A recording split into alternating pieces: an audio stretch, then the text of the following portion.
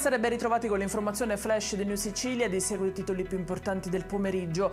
In apertura nuovi aggiornamenti sulla strage di Altavilla. I carabinieri del RIS hanno eseguito nuovi rilievi nella villetta in cui si è consumato il massacro. Sono state scattate alcune foto che mostrano gli utensili del camino e le padelle utilizzate per torturare le vittime, presenti anche le frasi religiose sui muri che avrebbe scritto la figlia 17enne. A novembre intanto si saprà l'esito della perizia psichiatrica disposta su Giovanni Barreca.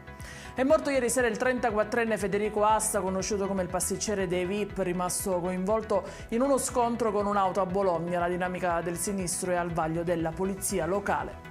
Rimaniamo in tema di incidenti stradali e ci spostiamo a Ragusa, dove due auto si sono scontrate sulla provinciale 13, causando il ferimento di due donne.